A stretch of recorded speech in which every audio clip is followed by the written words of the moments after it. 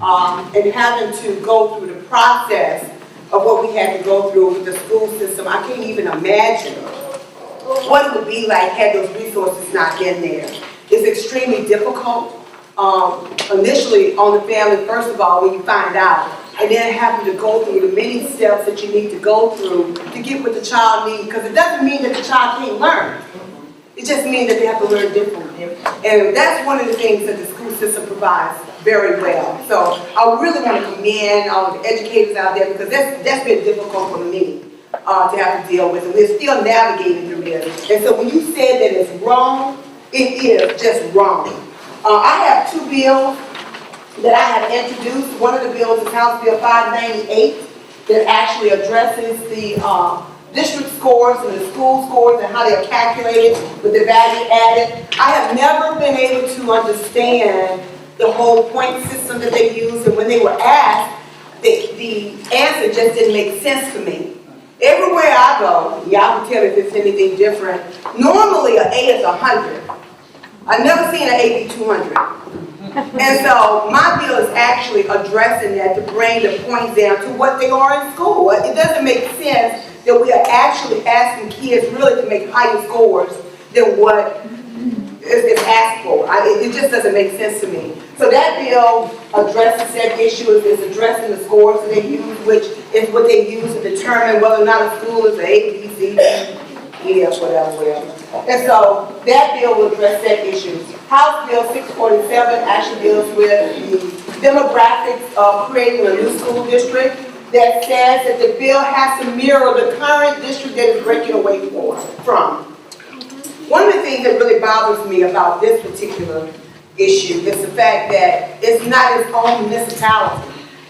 It's within a municipality. It's not its own city. And so when Baker did it, when Zachary did it, when Central did it, you can at least accept the fact that they were their own municipality. But you're talking about a city within a city.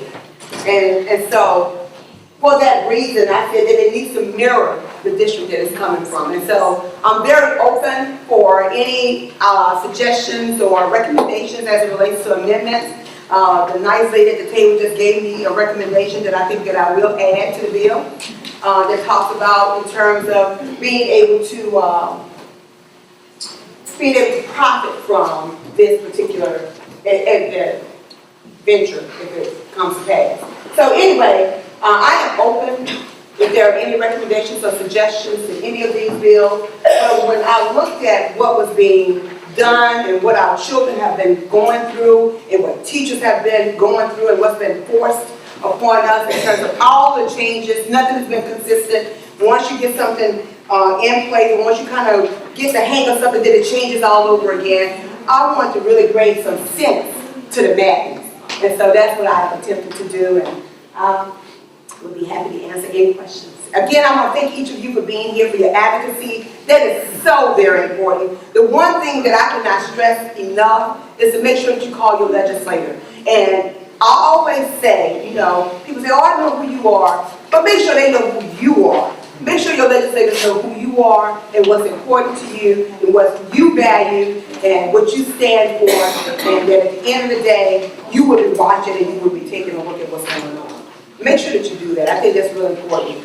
The rule of thumb has always been, since I've been elected and when I worked for Senator Broom, is, you know, if you get 5 calls on one particular issue, a legislator takes interest and begin to look and say, well, what's going on with this issue? Because believe it or not, we have so many things going on. Sometimes everybody don't know what's important to you until you let them know it. But once you get 10 calls, 20 calls, emails, texts, Facebook, whatever your method of communication is, trust me, you begin to get their attention. But if you have time, I would encourage you to go and meet with them and express to them why this is important to you and what you believe it would do to the school system and to your area. And all of the bills, what you believe they would do to our system. So again, thank you so much for your advocacy.